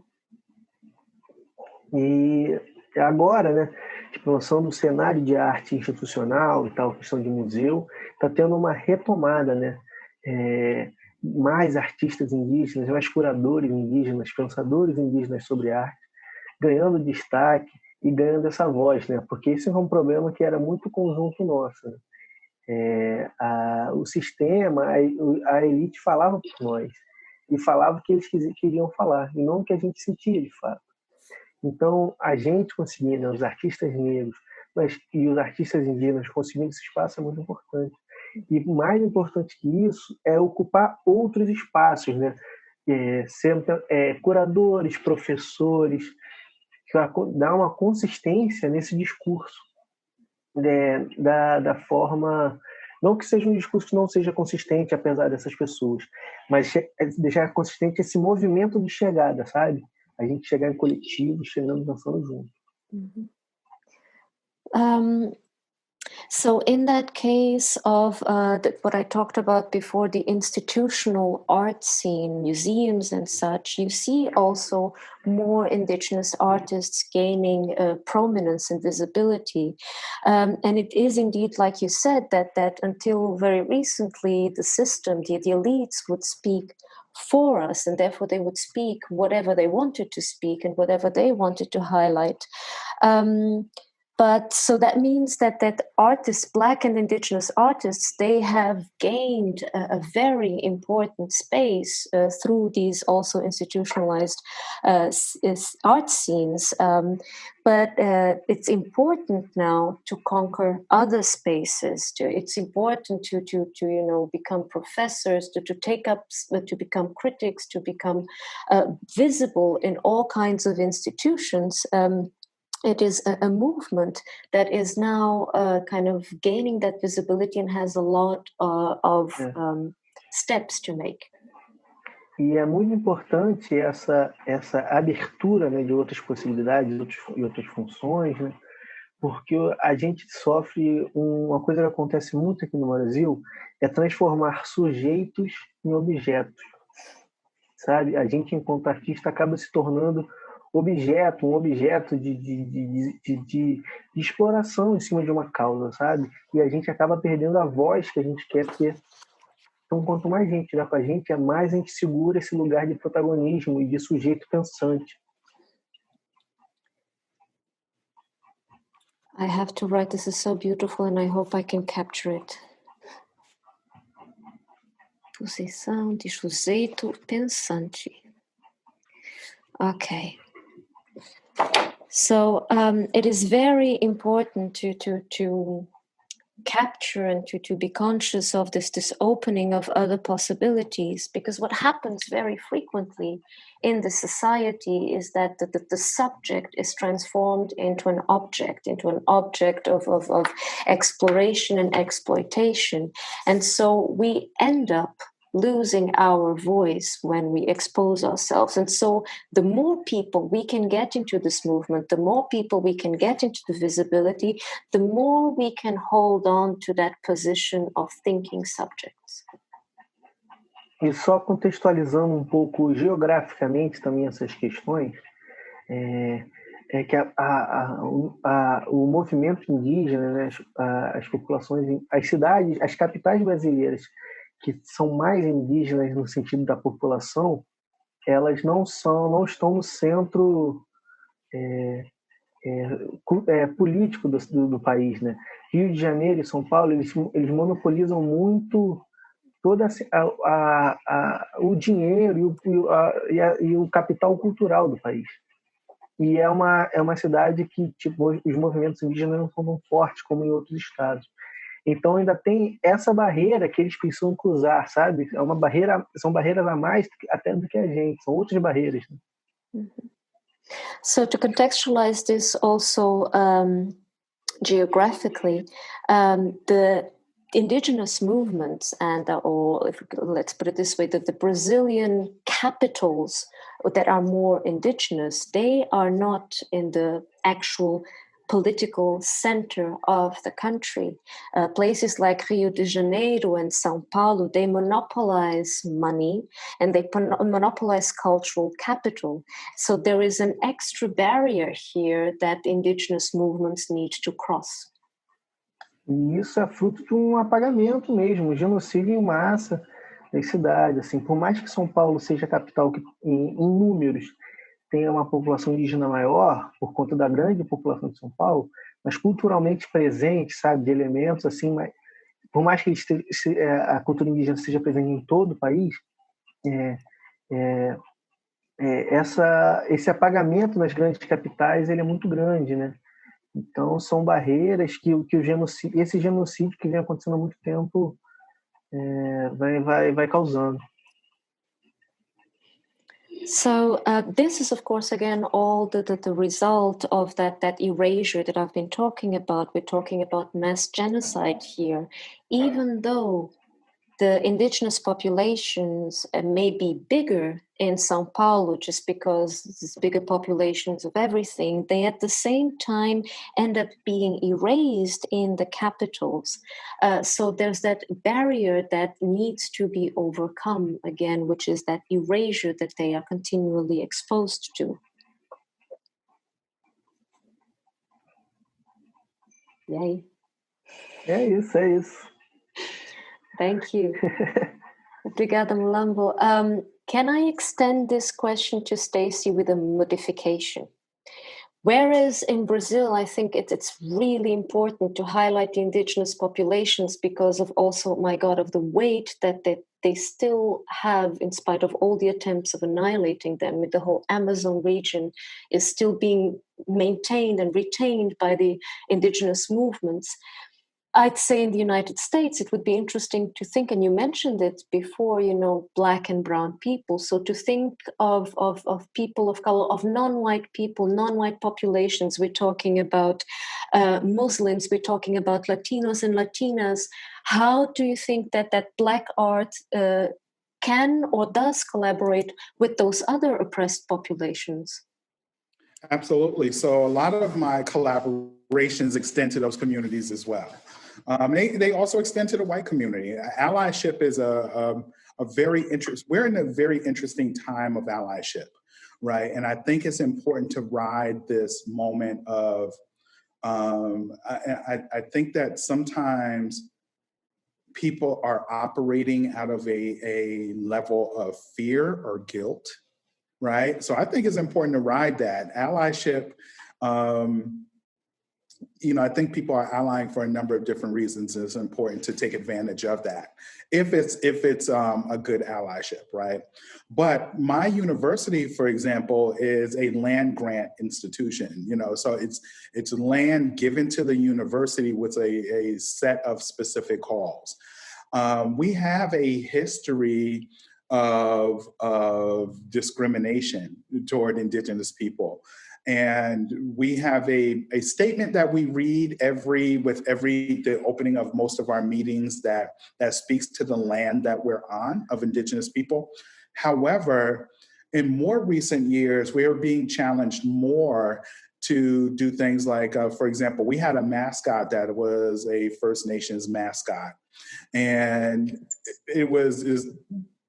and it wasn't even a mascot. It was a person who dressed up as a Native American and would do this dance and this kind of, it was called the Chief, right? And he came under criticism for many, many years. So he's been banned, right? Process is really slow. But I'm also thinking about how can I work with those indigenous populations more, right? I started with the community that and I'm new to, I will also say that I'm relatively new to the community that I'm in. So this is my 5th year here, and 5 years might sound like a lot of time, but the academy, it's no time at all. So you spend those first few years really getting your footing in the academy to make sure that you get tenure, so that you can get job security, and then you're building your practice as well. So I haven't spent as much time in the community as I would have liked to. And I also spent a year away. So I've really only been here 3 years and 1 year more so out in the community. So there's a lot that I still don't know about our indigenous community, but it is on my radar to work with those communities, to reach out to those communities, to be more understanding of what the issues are. Once again, it's not about me saying what the issues are. It's about understanding from the community what the issues are, and then collaborating to build art or systems or whatever that actually that helps to meet the needs of that specific community. So I hope that kind of answers that question, but I'm still very early in trying to figure out some of those things myself. Posso fazer um comentário? Sim, vai, Mulambö, diz. Todo mundo conhece, eu imagino, né, que já tem ouvido falar do Carnaval do Rio de Janeiro, né? Festival de escola de samba e tal. E a gente tem um festival na Amazônia, que é muito, que ele cresceu muito junto com o Carnaval, e os profissionais têm uma troca muito grande, né? Okay. So everybody knows the Carnival of Rio de Janeiro, the samba schools and all that. There's also a festival in Amazonia that was built very much, if I've understood Mulambö correctly, from the festival of Rio de Janeiro. Não, elas foram construídas, elas têm uma troca muito grande, né? Mas são festas independentes. There's a lot of exchange between those two. So the festival in Amazonia and the Carnival of Rio de Janeiro. Mm-hmm. Quer ver? Eu vou mostrar para vocês um pouquinho. Só umas imagens, assim, bem, da grandeza, né? Se chama Festival de Parintins. So this is the festival in Amazonia. Festival de Parintins. That is a huge event. E é só para mostrar um pouco também dessa grandeza, né, dessa pluralidade, né, que a gente tem aqui no Brasil, e como que a gente centraliza muita coisa para o apagamento, né, como eu falei. Por exemplo, esse festival das escolas de samba, né, o desfile das escolas de samba, quem gerencia as escolas de samba hoje são pessoas da elite, são pessoas brancas, que tentam fazer, que acabam provocando um apagamento, assim, é um afastamento muito grande da origem. Então, mais um elemento dessa pluralidade, mais um elemento de como a gente, o sistema coopta as coisas. Mm-hmm. So, basically, I wanted to show you that so that you can see the greatness and the vastness of this country and the plurality of cultures in this country. What happens is that, of course, again, we are back at that issue of erasure. Everything gets centralized. And so, for example, if you think of the samba schools in Rio de Janeiro, they are at this point run by people from the elite and white people. And so, again, we have that erasure because the system, I mean, it was once a tradition that was not white, but the system has co-opted this tradition.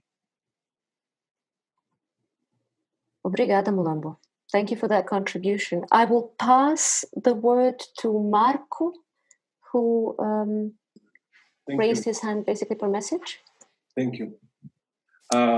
First of all, I would like to thank you guys for sharing your art and your views.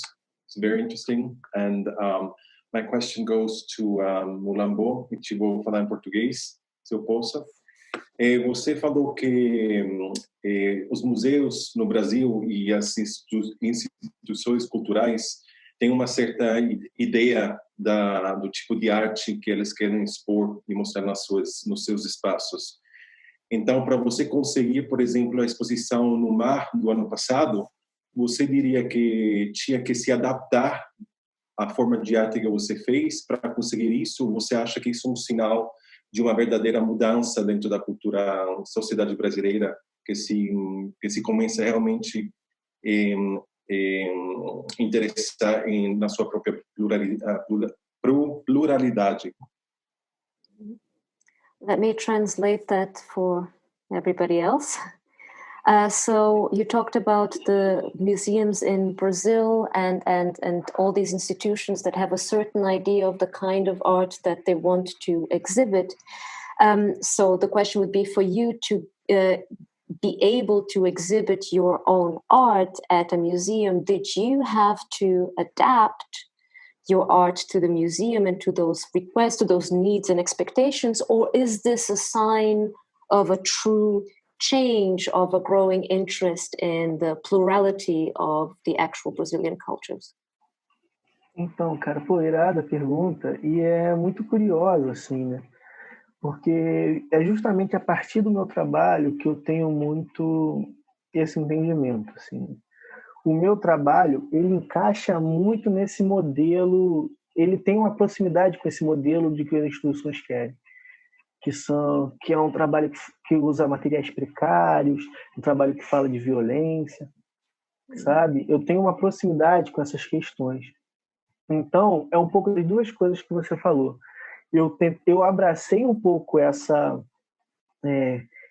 abertura que tem, né, para eu conseguir encaixar, ao mesmo tempo que eu só pude ter essa abertura por causa desses elementos.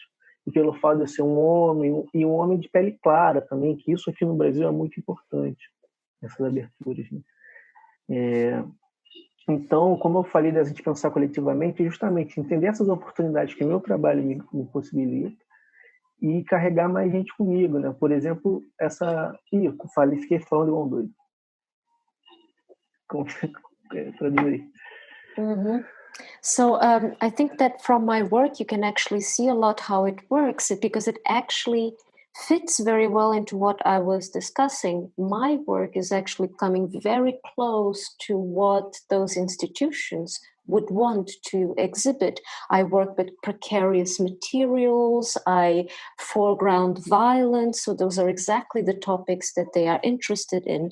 So what happens here is a kind of double movement. On the one hand, yes, I embraced that openness so that I could fit into these molds, but I could only get into that open space because I fit into these molds. And what's also really important here is to highlight my lighter skin, which matters enormously in a country like Brazil.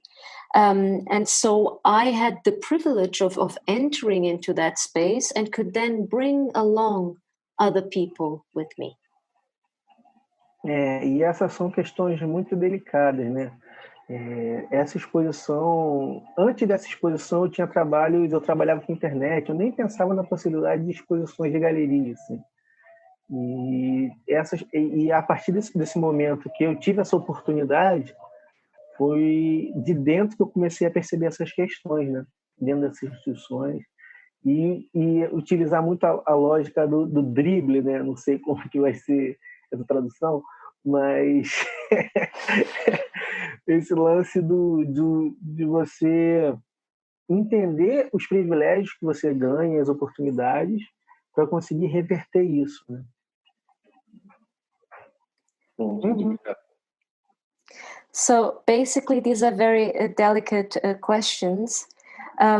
But basically what happened is that before this exhibition, I was working on the internet, and I didn't even think of being part of an exhibition. But from that moment on, where I was allowed in, it was actually from inside the institution that I started to think critically of this institution, that I started to understand these questions and I cannot translate the wonderful, is that football expression? Yeah.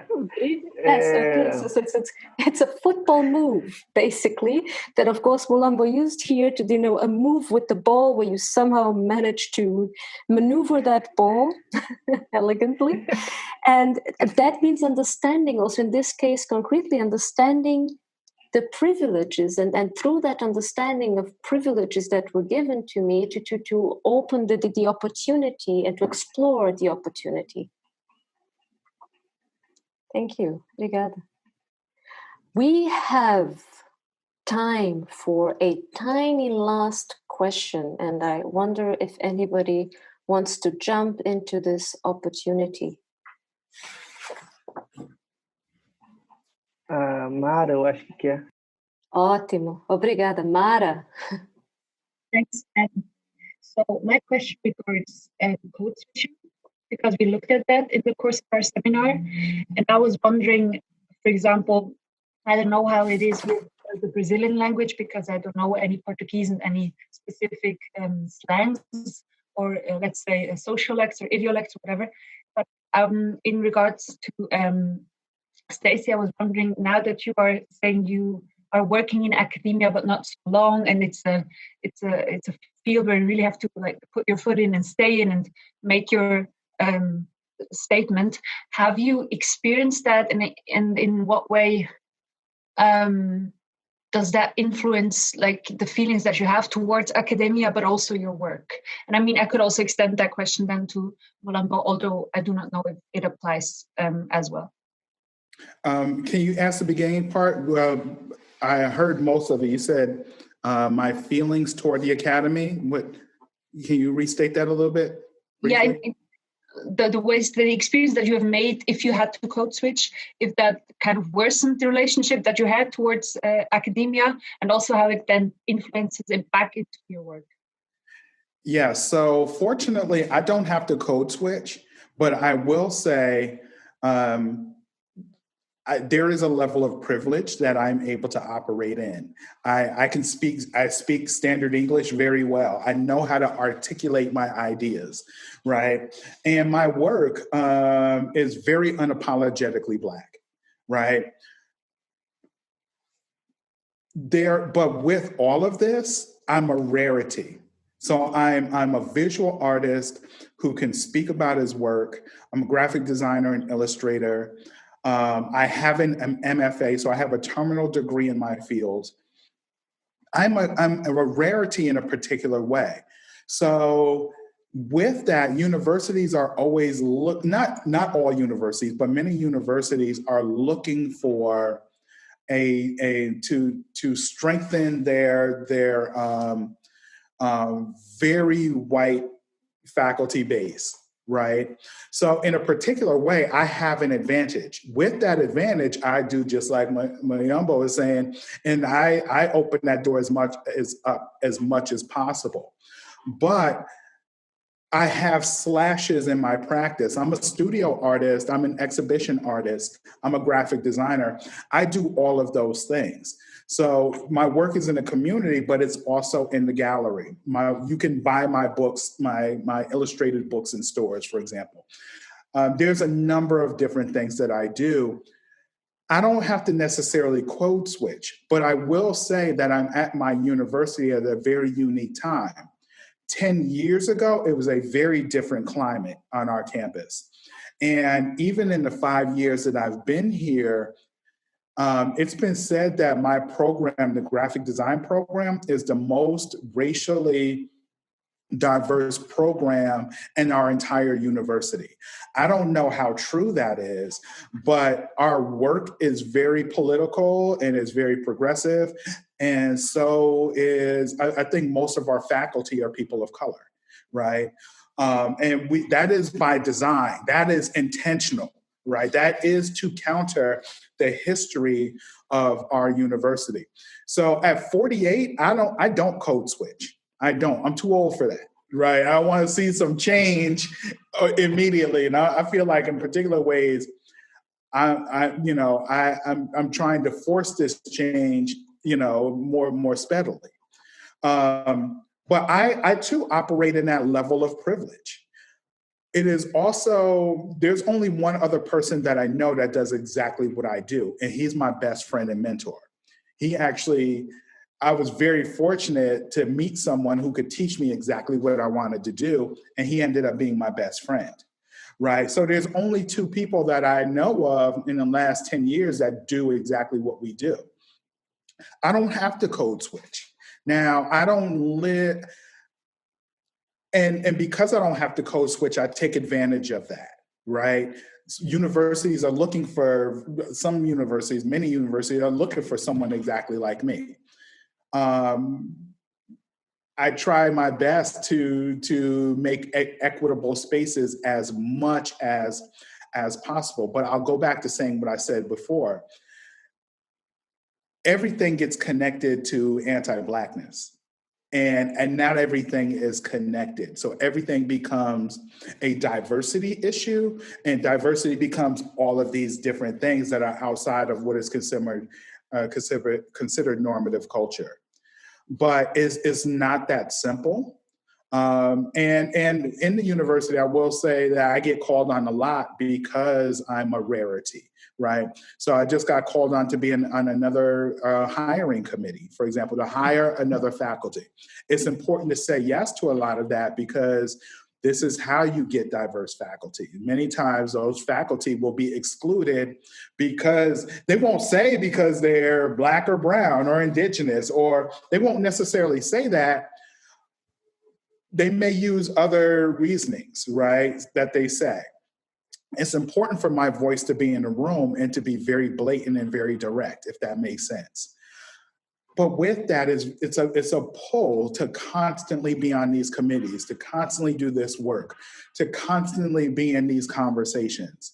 And there are many times I was in a Zoom meeting while I was on this one in the very beginning, right? Because we have grad students that are presenting and I have to be present, right? Because I'm the only Black male faculty, right? So it's important to be present, but you get pulled on a lot too, because, every time they're looking for somebody to have that political and diverse voice, they call on you, right? And it's tiring, it's exhausting. But I feel like it's in a particular way, the spotlight is always on me. But because I'm so rooted in hip hop, I feel old school hip hop, like in a particular way, I feel like whenever I have the mic, I have to say something profound. And I have to say something that moves the crowd, right? Like Fife said, Fife Dog from Tribe Called Quest, one of my favorite lyricists. He said, when the mic is in my room, he said, mic please? Like when he's in the crowd, he's like, mic please? If any opportunity he has to speak on something, he's going to do that, right? So I try to use that level of privilege as well. I don't have the lighter skin, but I do have the education. I do have the articulation. I do have the artistic practice. I do have the degree, the terminal degree that will allow me access to these to these museums, to these galleries that will exclude you if you don't have the degree, right? So I take total advantage of what I would consider privilege, unapologetically. But I try to open that up to as many of us who are wanting to have a really awesome conversation as possible. Thank you so much. To be honest, I think I'm going to use the occasion to finish here just because we are going on to 2 hours. And I think we could all probably talk for another 2 hours. But I feel like we've closed this so well with something that both Mulambö in his previous answer and Stacey now highlighted, which is this getting into the institutions and then using that space within the institutions to bring change and to bring others to participate in that change. And I think that is a beautiful final thought for us to close this discussion and go do all the things that we have to do, like participate in, student evaluations and not keep Stacey from his work before his faculty fires him. Thank you so much, Stacey and Mulambö. This was the most amazing conversation and such an honor to be able to listen to you. And I think we've all gained immensely from this. I don't know, Eduardo, maybe you can give the closing words. I'm done. I have no words to close this beautiful discussion. So just to say thank you very much, Stacey, for your presentation. Muito obrigado, Mulambö. Foi incrível. You guys are just great in your presentation, talking about all these political issues and the educational problems. And so we learned a lot, and I think this kind of exchange is really wonderful, because we are crossing borders to discuss problems in Brazil, US, and even here in Switzerland or Europe. So thank you very much. Muito obrigado. Muito obrigado. Boa noite ou boa tarde. See you, everyone. Have a lovely day, afternoon. Stay healthy, stay safe. Até a próxima. See you. Night, everyone. Obrigado. Até já.